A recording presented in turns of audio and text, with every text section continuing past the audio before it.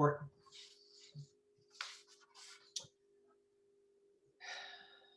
It has been a year, and we have been a congregation that rocked it. When I started thinking about all that has unfolded in the past year and all the ways that we as a congregation have risen to the occasion and done far more than I could have imagined in response, I started tearing up. So I'm going to leave it for the ministers to share out all that we have done this past year in their report. From the board's perspective, we met all of our goals this year, which felt like no small feat. Thanks to an incredible investment of Sarah Steen hours, we completed a full revision of our policy book, making changes where we just realized I need to change the slide.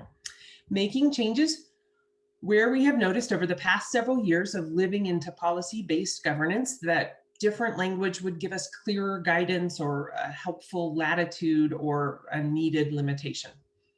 Sarah's thoughtful consideration of policy governance principles, her clarity, and her attention to detail made this thorough revision possible. And as she patiently led the board through these discussions month after month, she helped us all to find a deeper grounding in our roles and responsibilities. We also began the process of drafting revised bylaws for the congregation to vote on in collaboration with our dedicated governance committee. This rewrite of our bylaws was first recommended by the 2016-2017 Governance Task Force when we began the process of transitioning into policy-based governance.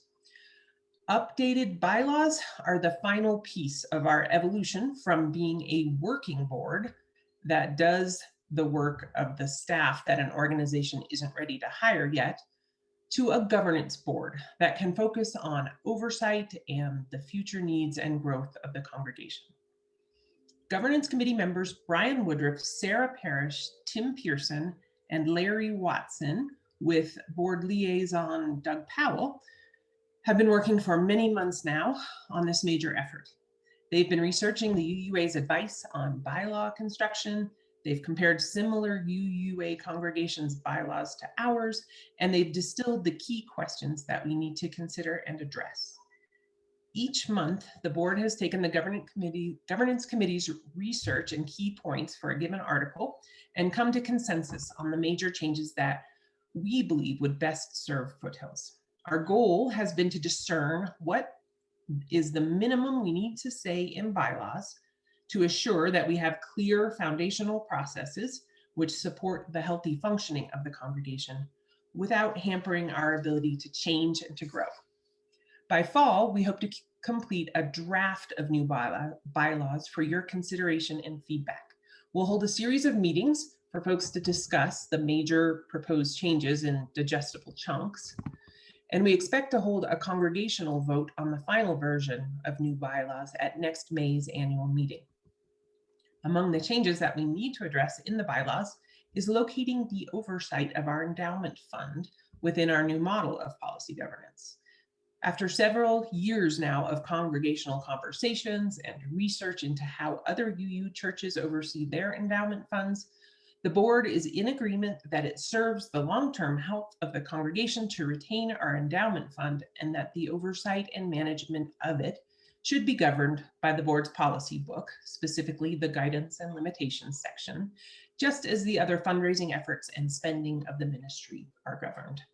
This integration of the endowment fund's management into our policy governance structure will allow for effective coordination among the church's various fundraising teams and ensure that expenditures from the endowment fund are made in service of the mission of the church. This board year, we also completed our Restoring Wholeness archival work and related policy revisions. This was our commitment to the congregation to be compassionately transparent about our history of misconduct so that we speak our truth clearly, establish and support healthy boundaries through policy and monitoring, and communicate our commitment to maintaining a safe congregation. You can find links to more information about our Restoring Wholeness work in the congregational meeting packet. We also made progress on our goal of becoming an actively anti-racist board. We added a second monthly board meeting devoted to reading and processing Resmaa Menakem's My Grandmother's Hands, an excellent book on racialized trauma and its impact on white, Black, and police bodies in America.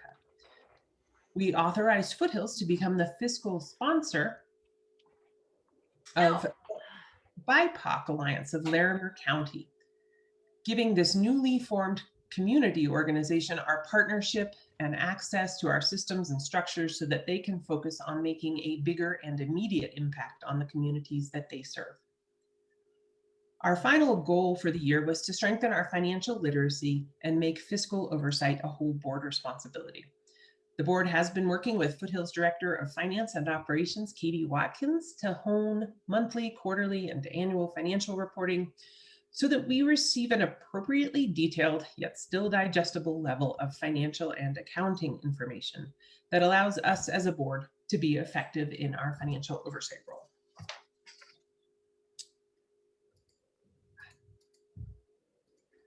Looking ahead, we are tremendously excited to be breaking ground on our new sanctuary building. We are thrilled at the prospect of in-person gatherings and worship services again, and we're grateful that we will continue to have our amazing online worship experiences. We apparently get to have our cake and eat it too.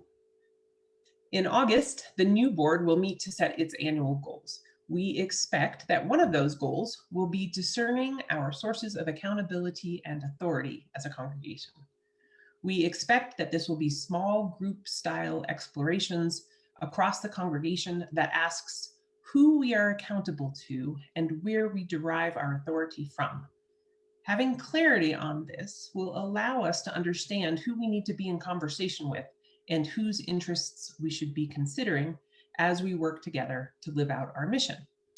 So, after a year of hunkering down and doing our part to blunt the pandemic, we have an exciting, expansive church year ahead. And the ministry will also talk more about that. When we close out each church year, we take a moment to thank, let me see here, I'm blocking Linda, let's see. Here we go, okay. We take a moment to thank the outgoing elected leaders who have given so much of their time and energy in intentional covenantal group work to help Foothills live out its mission. Sarah Steen is wrapping up her 4th and bonus year on the Board of Trustees, having gifted us with an extra year of her time and energies to ensure a continuity of leadership in the face of the pandemic's challenges. Sarah is a sociologist with a focus on criminal justice systems, and she has brought so much profound and measured wisdom to the work of the board. As president of the 2019-2020 board, she was an integral part of our very successful capital campaign.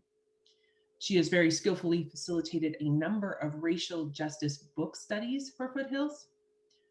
Her neighborhood memorial to Larimer County COVID victims, which made the news last fall when it was vandalized after the election and then rebuilt by volunteers, including many Foothills folks, helped put the numbing tally of pandemic death into a scale that we could grasp, and is just one example of her deep compassion for and commitment to our larger community. Her grounded and wise presence has been an utter gift to experience and collaborate with. Sarah's contributions to Foothills in the past 4 years cannot be overstated, and she will be sorely missed on the board. Happily, her contributions to the congregation will carry on in new and innovative projects coming soon. Glenn Pearson is finishing up his 3-year term on the Board of Trustees. The insights and compassion he brings from his long and successful career in psychiatry have not only enriched our various board discussions and decisions, but have helped to create and maintain a strongly collaborative and covenantal working process as a board. We will very much miss Glenn's energies, enthusiasm, and wisdom. Brendan Mahoney is also completing his 3rd year of board service. As a realtor and a business owner, Brendan has brought a valuable perspective to the role of board treasurer. His resilience, his optimism, and his genuine affection for all of us fellow humans has been an inspiration, especially as we began what seemed like a daunting capital campaign, but was in fact a lovely experience of connection and collaboration for our congregation, as Brendan predicted it would be. We will miss his kind and steadfast energies, and we thank all 3 departing board members for their contributions to the congregation in this role. Linda Cothera is finishing up a 3-year term on the nominating committee. Glenn Pearson, who is the board liaison to the committee, says that Linda has been a hardworking member of the committee and has stepped ably into the role of the chair this past year. While in the midst of her non-com work, she volunteered to serve on the Senior Minister Triennial Evaluation Committee. Glenn reports that Linda is always willing to do more than her fair share and blends her thoughtful approach to all of the work with a great sense of humor. We very much appreciate the time Linda has put into this role, and we are looking forward to her next contribution of time and energies, which we will hear about more about shortly. Thank you again, all of you, for living so generously into our 3rd vision statement, which says, "We understand that being a part of Foothills requires us to give abundantly of our time, and this deepening involvement helps us to identify and grow our individual gifts." Now, I believe it is time for me to turn the meeting over to Reverend Gretchen for the ministry report.